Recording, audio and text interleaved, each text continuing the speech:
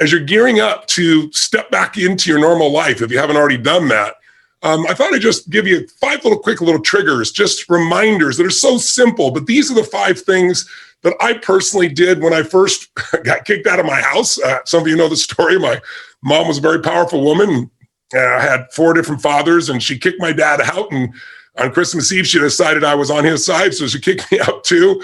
And I had nothing, and I had to figure out what to do. She kept my 1960 Volkswagen. I earned $40 a week. And don't get me wrong, I love my mom, but she abused alcohol and prescription drugs. And when people do that, they're not themselves. They do little crazy things. But I am who I am because of her. And part of that was even that first step where I had to just figure out what to do with my life. But it was incredibly depressing. I have a younger brother, 5 years younger sister, 7 years younger. I love them, loves of my life. And I was separated from my brother and sister, and I'm walking in the rain trying to figure out what the hell I'm going to do. And I'm still in high school. And so one of the things that I did is I slept on this mountaintop, and then, of course, it rained. And so the next day I talked to a friend, a lady friend, not a girlfriend, but a girl who was a friend.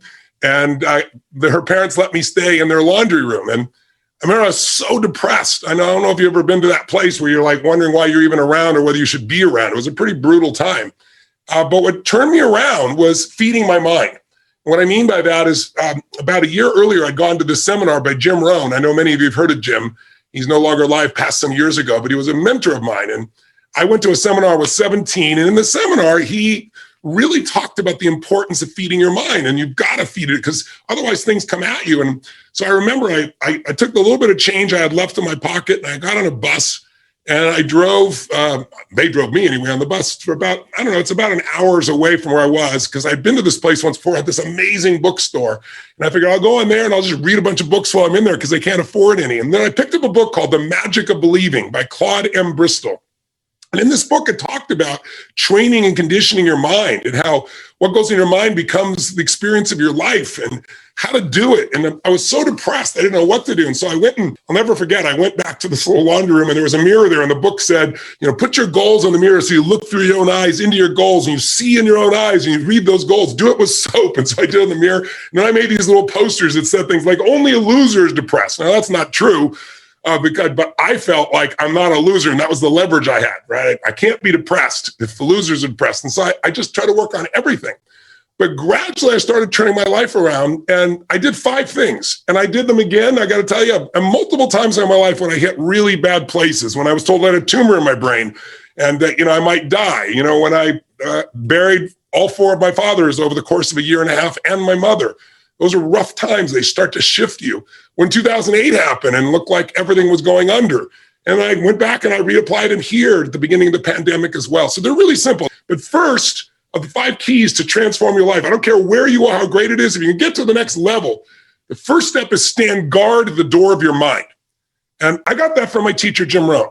I remember he came to me one day and I was really frustrated. I was saying, I'm working so hard and nothing's really working and I don't understand it. And I was super frustrated. And remember, he came to me and he said, Tony, he said, listen to me. He said, tell me what are you reading? He said, tell me who you're talking to. He said, tell me who you're surrounding yourself with. And I said, well, I'm mostly isolated by myself. And I said, but I'm so frustrated. He says, listen to me. He said, answer this question for me. He said, what happens in the world if, let's say, your worst enemy comes by and drops sugar in your coffee?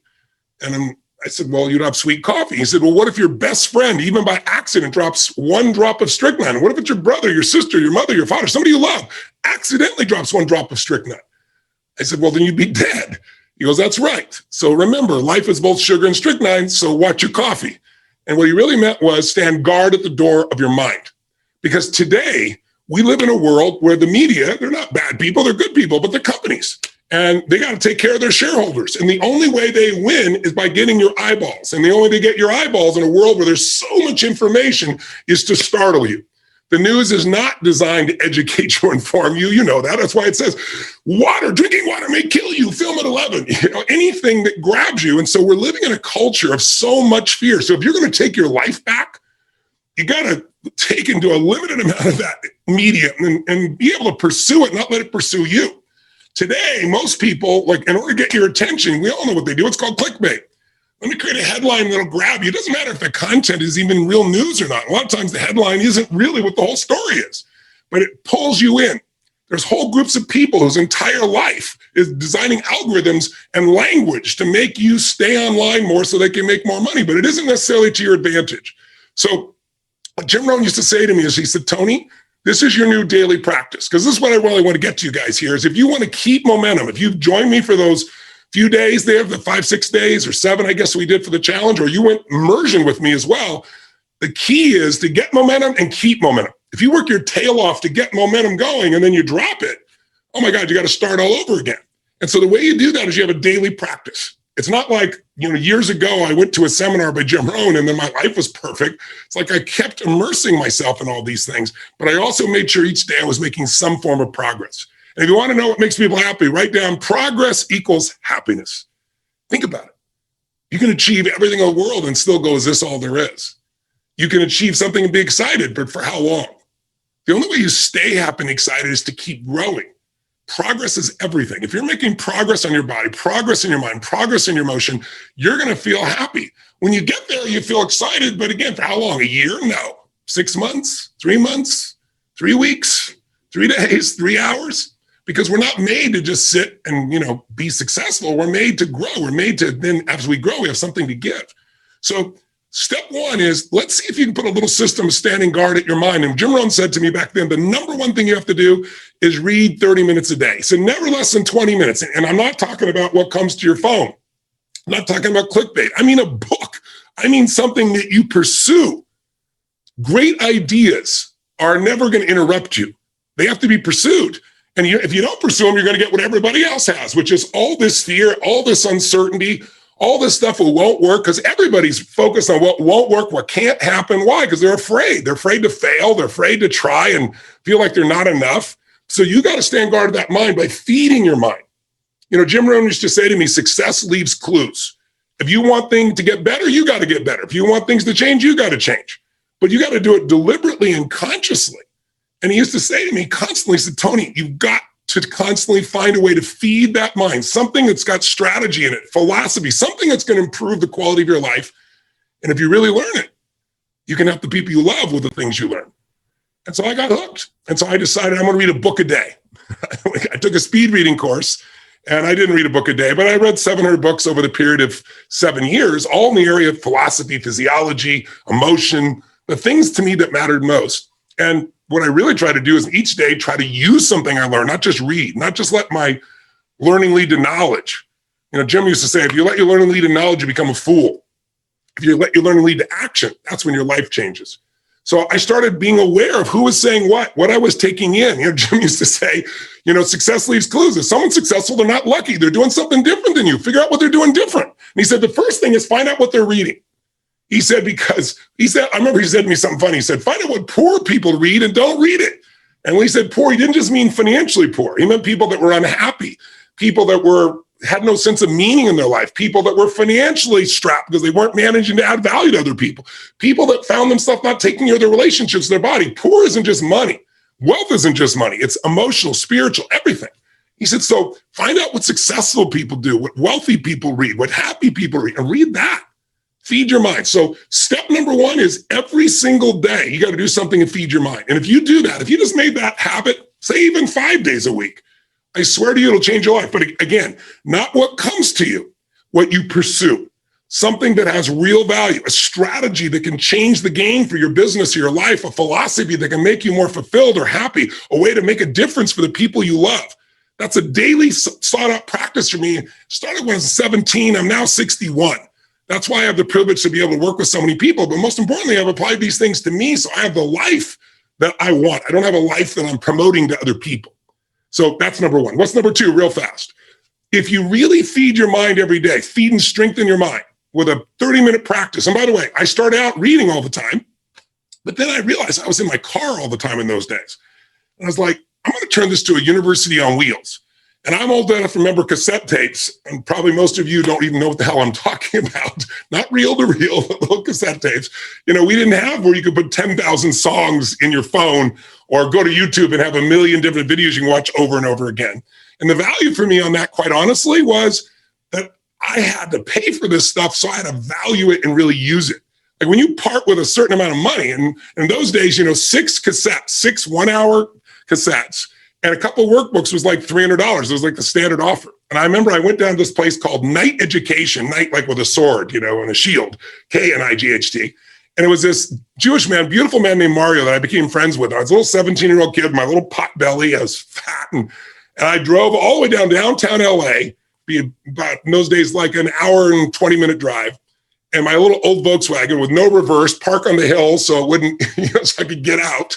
And I got to be friends with this man. And he had collected, this is how old it was, all these albums of some of the great motivational speakers and psychologists and psychiatrists and business people. And then gradually those things got to actually to cassette tapes. And so you had all these things that I'd say, like, what's the most valuable thing? He said, well, what do you want to work on? I said, well, my body and my emotions and my mind and my spirit. He was like, you want everything. And he'd say, okay, let's start with this one. And I'd take $300. I was making $40 a week as a janitor.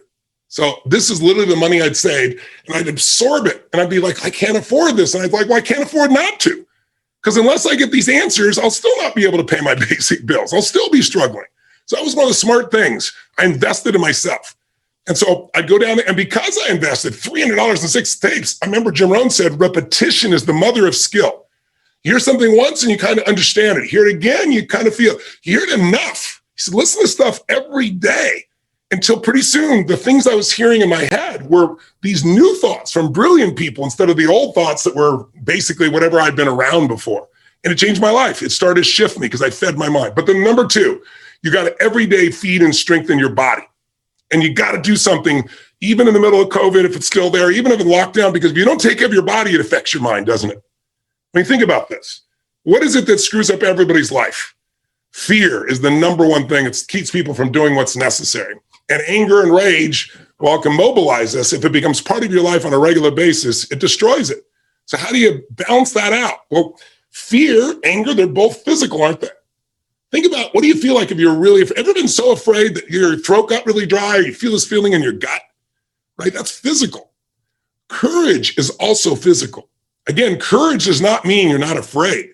Courage means you're afraid, but you do it anyway, right? It's a way of being in your body.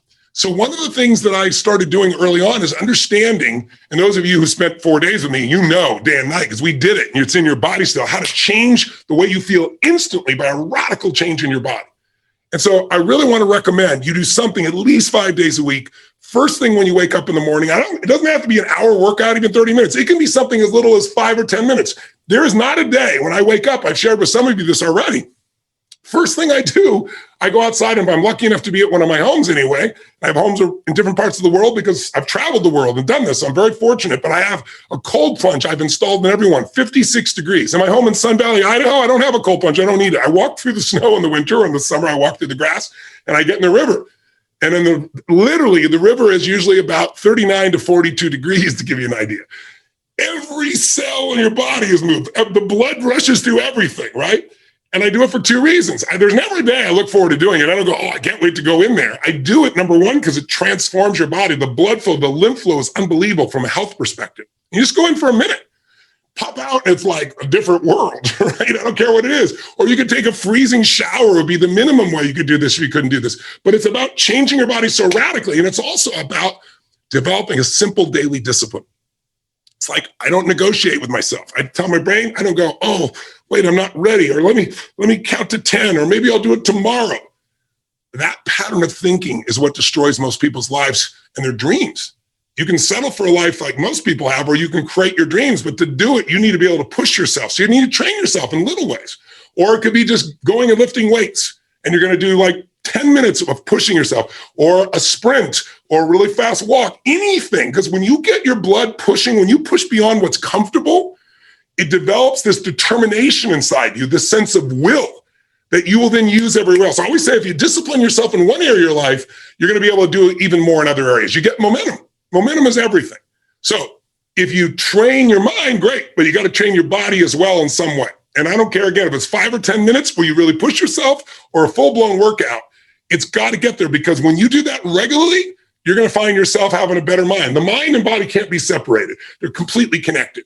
You work on both of them, you're going to have a different world, and you're not going to be shut down. And when other people are like, oh, it can't be done, just move, I'll handle it. It's a different way of being, isn't it? Third key, in order to really believe you can turn things around, you need a role model. And so throughout my life, I looked at different ones. The earliest one I looked for, since I grew up poor and we had no money, and that seemed to be the real issue. My mom left all four of my fathers. But as I look back on it, it really wasn't money. They could have had all the money in the world and they still would have fought. But it looked like money. So I thought, wow, if I could make money, my family will never have this pain. So I looked around for role models. And I grew up in a place where there were no financial role models. Everyone was broke. We didn't have money for food. It's why I provide 100 million meals a year through Feeding America for the last 6 years. By the way, we're up to 700 million meals now. I said we'd feed 1 billion in 10 years. We're a year ahead. We're going to hit it. But the bottom line is it comes because I had nothing. And I found, it's like, who also started with nothing like me and then turned it around and grew, and who comes from humble beginnings. And I saw, Sir John Templeton. Some of you may have heard of him. Brilliant man. First billionaire investor. Started with nothing. And the way he did it is he saved money and he invested during the darkest times. And so I saw Sir John as that. And when I was around when COVID happened, I started looking around to see what are people and businesses that haven't given up. Even though everything's shut down, they found a way to serve their clients. And even though their way wasn't my way, it reminded me and inspired me to say there is a way. That's how I started building the way that we now deliver for so many people virtually around the world. So find a role model and get a plan. So number one, feed and strengthen your mind every day, 30 minutes a day. To me now, audio is even better because I can do it while I'm running. I can do it while I'm working out. I can do it while I'm cleaning the house. I can do it in my car. So I use audio. That's why I've used it forever in that area, because it just gives you more rhythm. But it's either read or audio, something you've pursued. Every day, strength and feed your body. You make it stronger so that you're psychologically short. Find the role model, get a plan. What's for? Massive action. Like everybody wants to say, well, I don't know where to start. What do I do first? Well, listen, I got all kinds of tools to help people do that. But the most important thing is do something. You don't know what to do, throw the rock. Wherever it lands, talk to the next person, right? It's like you need massive action. And then you need to see what's working or not and keep changing, and you'll get there. Anyone can get to where they want to go as long as they get in motion. But again, it's about momentum. And that's the main reason I came to join you. Last one, step 5, real fast. Give more than you expect to receive.